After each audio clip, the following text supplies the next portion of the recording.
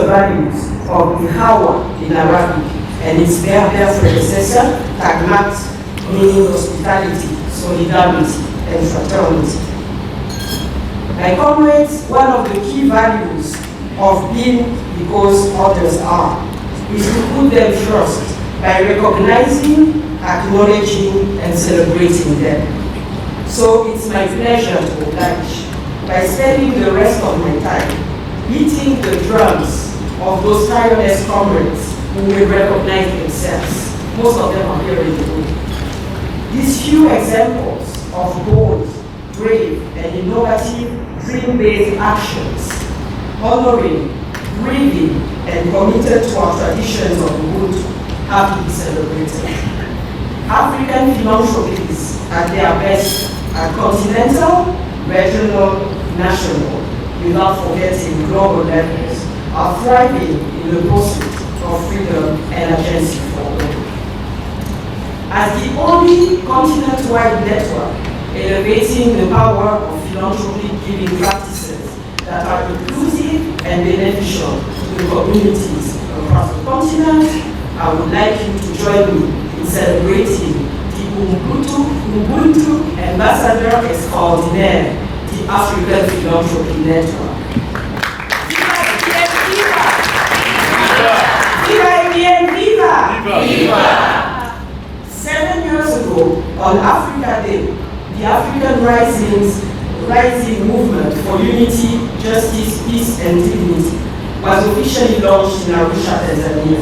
Since then, it has tirelessly campaigned and advocated for the recognition of the richness of the African continent, its people, and its diaspora.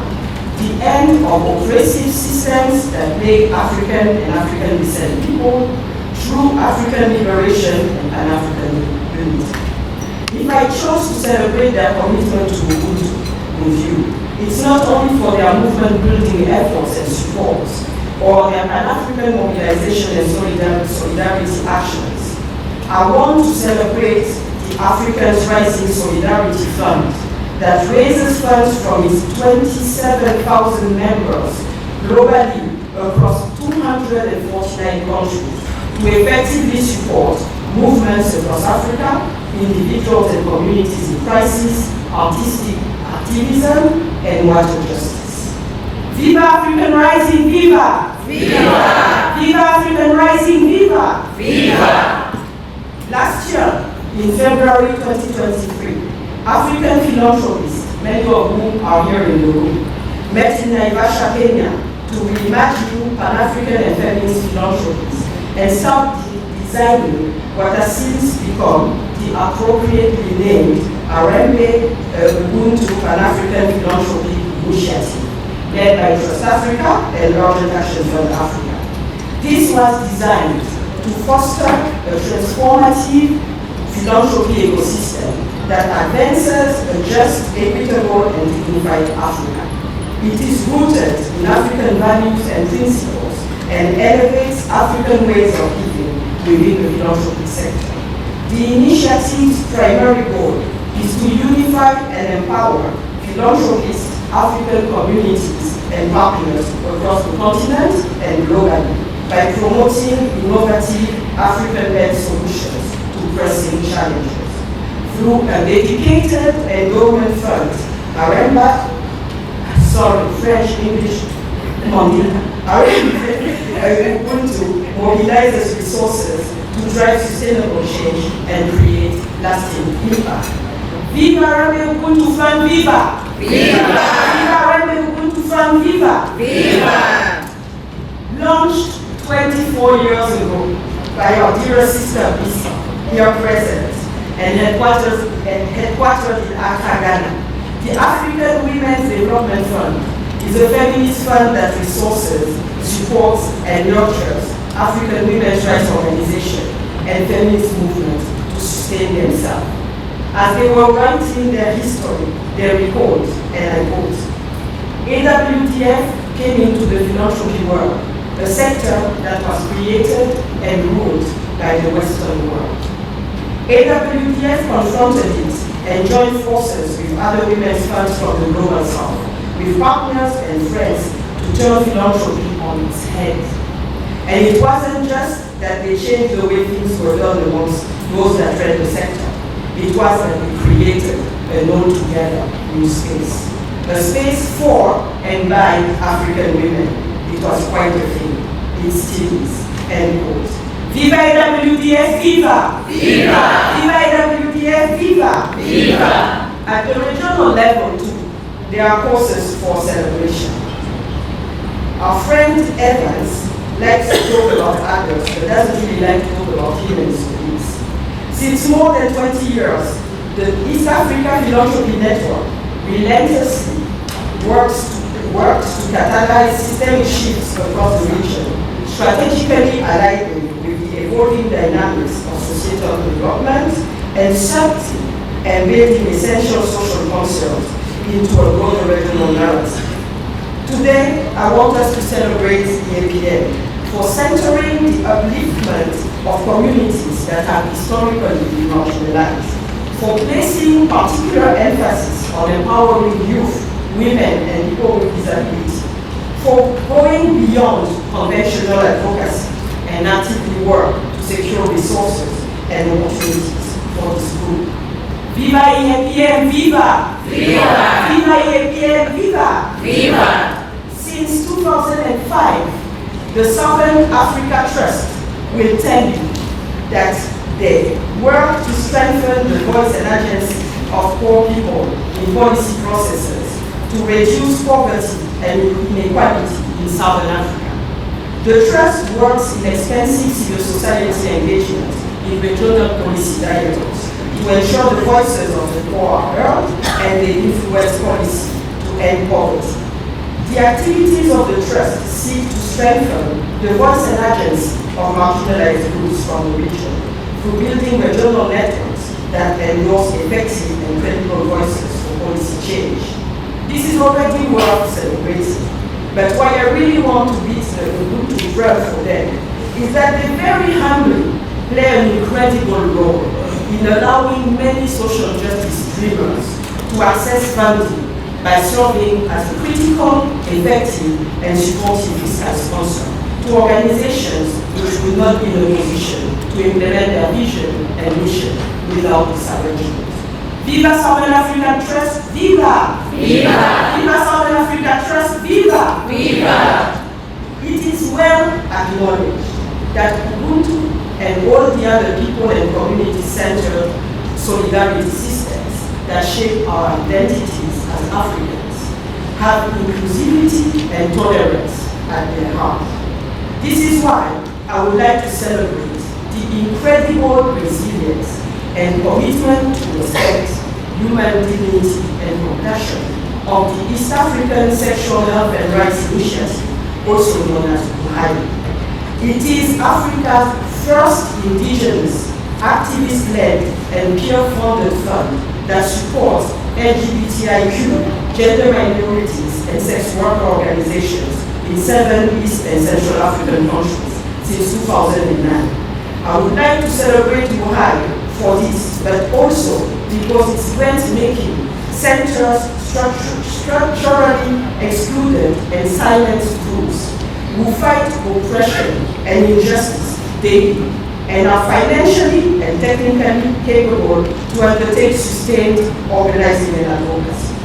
Finally, UHAI deserves our vivas because it has incubated its sister West African organization, Kosangana, or Queer African Youth Network, a queer and lesbian-led organization, which since 2010 has been growing a support network for the promotion of the well-being and security of LGBTIQ people in West Africa and Cameroon. Viva Ghana, viva! Viva! Viva Ghana, viva! Viva! We know Ubuntu has grown beyond the borders of our continent and has been adapted by our fellow philanthropists and reformers at the global level while reclaiming their Black or African identity and agency. So I have to celebrate them too.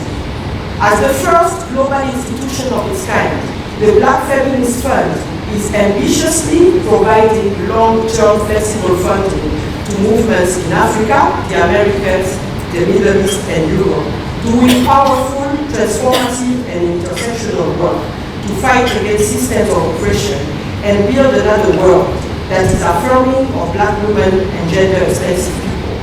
The purpose of the Black Feminist Fund is to significantly increase the resources available to them. Since 2019, its work has already started to unlock the power and potential of this change. Because they make grants to Black feminist groups that have bold visions, are using innovative strategies and taking daring action towards self-determination, justice, solidarity, and equity, we say, Viva BFF, Viva! Viva! Viva BFF, Viva! Viva! Last but not least, in my minimum list that I'm sure we will expand together when we share our successes and dreams this week, I would like to salute the leadership of our comrades who are stewarding us as a continent and globally as a majority world from the South in the Shift the Power movements.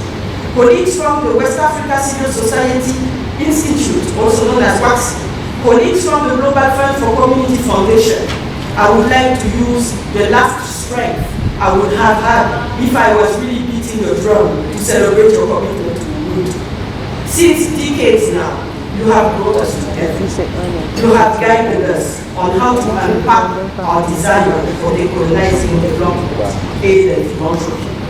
Your call for new behaviors, mindsets, and ways of working, as well as your constant reminders that no interactions are ever power neutral, have made many of us feel like we finally found a place to go home.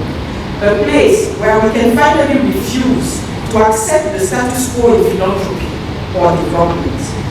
By telling the world that another way is possible and that every voice and action in the movement is a leaf, a fruit, a branch, and that these collectively make a tree house. You are showing a high commitment to the good, and that is why we say, Viva Shift the Power, Viva! Viva! Viva Shift the Power, Viva! Viva! I hope, sincerely, that we use this week as an opportunity to reflect on how we can continue to put our energies in this now global movement, especially if we have the agency of our communities at heart and want to reimagine our philanthropy policies and practices to build the people power that Africa will want.